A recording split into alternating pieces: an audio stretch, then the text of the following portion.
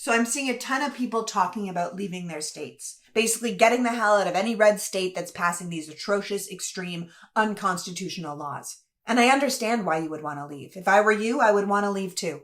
I was born and raised in Canada, and the amount of times I look around this country and think, I'm out of here, is almost too many to count.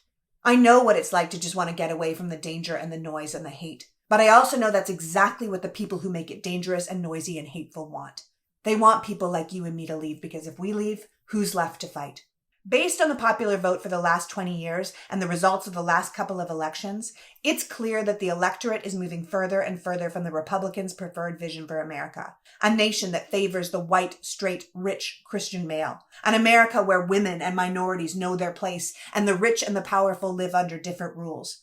So instead of trying to appeal to more people or listen to the will of the voter, they've decided to pull out all the stops and make sure that those who would stand against them are so miserable, so demoralized, so afraid that they end up leaving their state.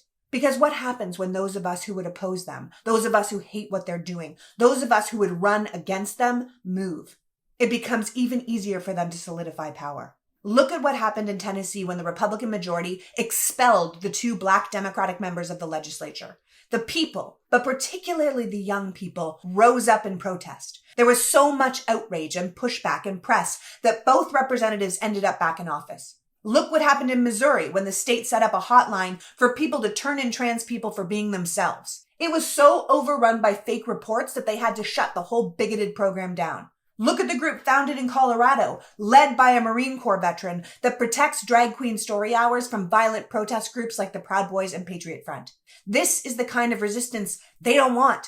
So they passed laws that threaten your livelihood, threaten your marriage, your children, even your life. They threaten and belittle you in hopes of scaring you out of your state, out of your home, because they know if you stay and fight, they'll lose. They know there's way more Americans who are open-minded and accepting of differences. More of us who believe our society should be just and fair. More of us who support facts and democracy and know our vote is our voice and believe our voices deserve to be heard. So they want us to shut up, to go away, to feel small and helpless.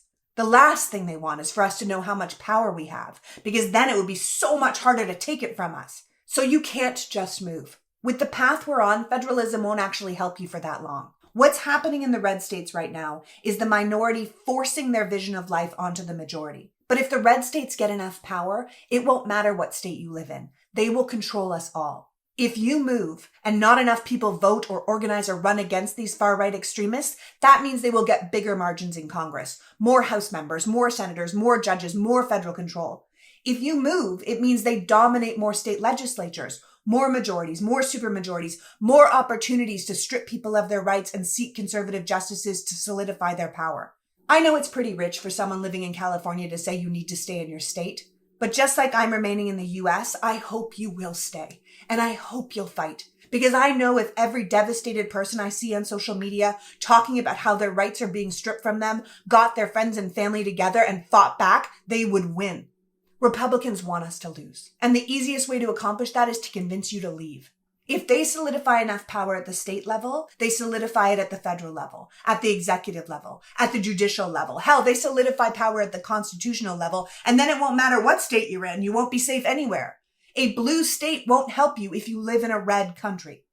So if we can't outrun them, we stick around and we fight them. They want to drive you out. You tell them no. You encourage dissent. You get people to vote. You be loud and demanding and unforgiving. This system isn't ruined yet, but it is close. And that's why they're pulling out all the stops. We have to pull Wisconsin on them every single day and gum up their plans. We have to vote in numbers too big to manipulate. We have to look to Minnesota and Michigan to see what it looks like when we take our power back. When we're in charge and we can pass laws to protect our rights and protect our votes and protect our person. They're coming for us no matter where we live. We fight now or we lose the chance to fight later. We fight now and we'll win.